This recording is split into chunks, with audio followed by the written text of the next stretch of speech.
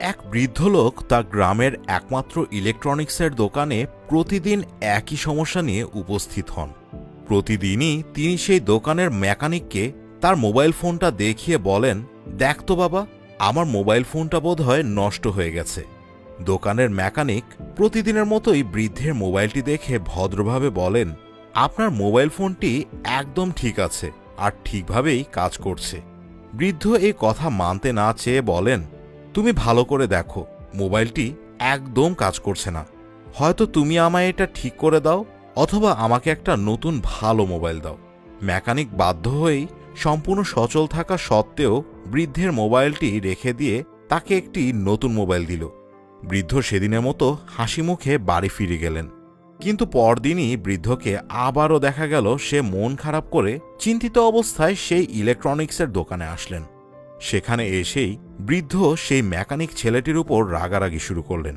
Mechanic বলল, কি হয়েছে, আপনি কেন রাগ করছেন?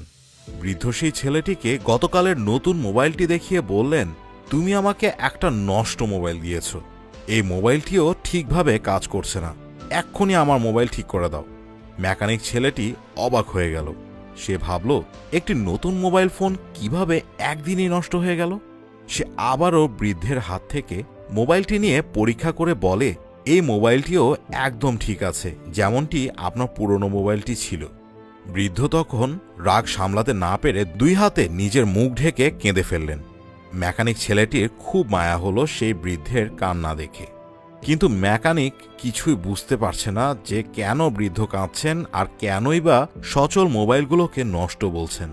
সে বৃদ্ধকে সহানুভূতির সুরে বলে, আপনি কেন কাঁদছেন, দয়া করে আমাকে বলুন, মোবাইলগুলো কেন নষ্ট মনে হচ্ছে আপনার?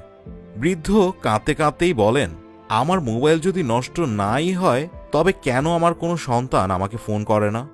আজ 2 বছর হয়ে গেল আমার সন্তানদের গলার আওয়াজ আমি শুনতে পাই না। বৃদ্ধের কথা শুনে মেকানিক ছেলেটি একেবারে থমকে গেল।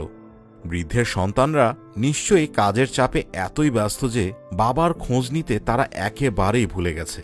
বৃদ্ধ কিছুক্ষণ পর নিজেকে সামলে নিয়ে মেকানিক ছেলেটিকে বললেন, আচ্ছা, তুমি তোমার বাবাকে প্রতিদিন ফোন করো তো? এর উত্তর দিতে পারল না মেকানিক ছেলেটি, কারণ বৃদ্ধের ছেলেমেয়েদের মতো সেও যে স্বার্থপর। সেও কাজের ভিড়ে বাবা মায়ের খোঁজ নিতে ভুলে গেছে। নিজের অজান্তেই ছেলেটির চোখে পানি চলে আসলো। ছেলেটি বৃদ্ধকে তার মোবাইলটি ফেরত দিল আর বলল, সত্যি আপনার মোবাইলটা নষ্ট হয়ে গেছে, আমার এটা সারানোর ক্ষমতা নেই। বৃদ্ধ ভাঙা হৃদয়ে আস্তে আস্তে বাড়ির পথে রওনা দিল। আর মেকানিক ছেলেটিও এক দৃষ্টিতে এক অসহায় বাবার চলে যাওয়ার দৃশ্য দেখতে লাগলো। এরপর নিজের মোবাইলটি বের করল পকেট থেকে। এক্ষুনি একবার তার বাবা মায়ের সাথে কথা বলতে হবে। আজ 6 মাস হয়ে গেছে সে তার বাড়িতে ফোন করে না। আর মনে মনে সে বৃদ্ধকে কৃতজ্ঞতা জানাতে ভুলল না সে। প্রতিটা সন্তানের জন্য তার বাবা মা আশীর্বাদ স্বরূপ। বাবা মাকে কোনো সন্তানের অবহেলা করা উচিত নয়।